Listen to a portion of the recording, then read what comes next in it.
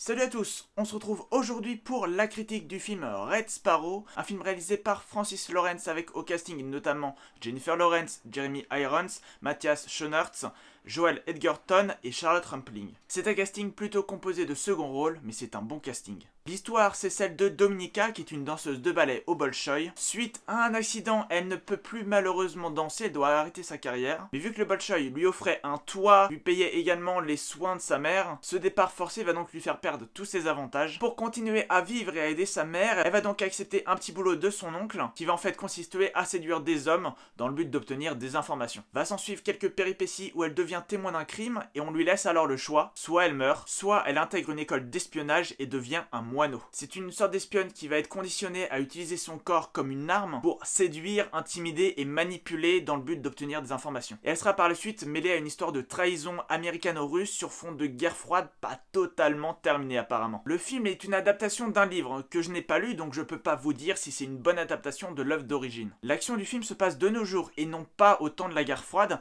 mais il y a énormément de connotations d'un autre temps. Il se cache, il se donne des informations par message codé au téléphone et par un système de pliage, la personne découvre son message. C'est un film qui porte son propos de base sur le corps et la manière de l'utiliser pour arriver à ses fins. C'est un film qui se base sur le corps, mais sur le corps de n'importe qui. Il y a des scènes de nudité qui sont vraiment très explicites, mais il y a également des scènes de torture. Tout est lié au corps, ce qu'on fait au sien, mais également à celui des autres. C'est un film qui est interdit aux moins de 12 ans, et c'est totalement justifié. Parce qu'il y a beaucoup de scènes de nudité et même de sexe, et même si c'est le propos de base, le film en joue énormément. Pour ce rôle, on sent que Jennifer Lawrence s'est vraiment donnée, à tel point qu'on a du mal à se dire qu'une autre actrice aurait pu l'interpréter. Elle n'hésite pas à avoir des jeux différents, hein. Elle joue le double jeu, elle joue la fille pudique, puis plus tard la fille totalement décomplexée. Il y a une scène où elle est totalement à poil. C'est très certainement ce qui encouragerait certains à aller voir le film. Des scènes comme ça sont assez rares au cinéma. Et c'est assez rare que des acteurs aillent jusqu'à se dévêtir totalement face caméra. Forcément, c'est pas toujours à propos et ça pourrait être vu comme totalement gratuit. Là, ça paraît un petit peu plus légitime parce que dès que Jennifer Lawrence intègre cette école,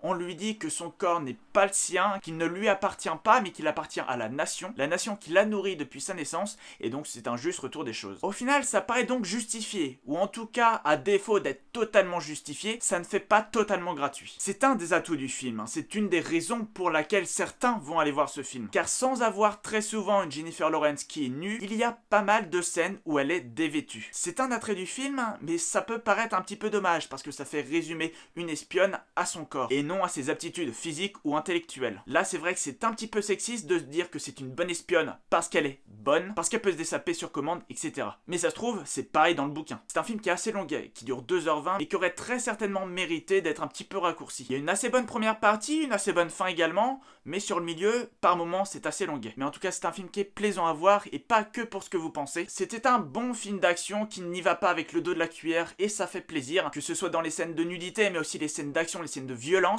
parce que mine de rien, c'est un film quand même assez violent. Donc voilà pour mon avis de Red Sparrow. Allez le voir au cinéma, je vous le conseille, vous passerez un bon moment. On se quitte là-dessus, n'hésitez pas à mettre un pouce bleu, un commentaire et à vous abonner. On se retrouve très vite pour de nouvelles vidéos sur le cinéma. En attendant, vous le savez, portez-vous bien. Ciao.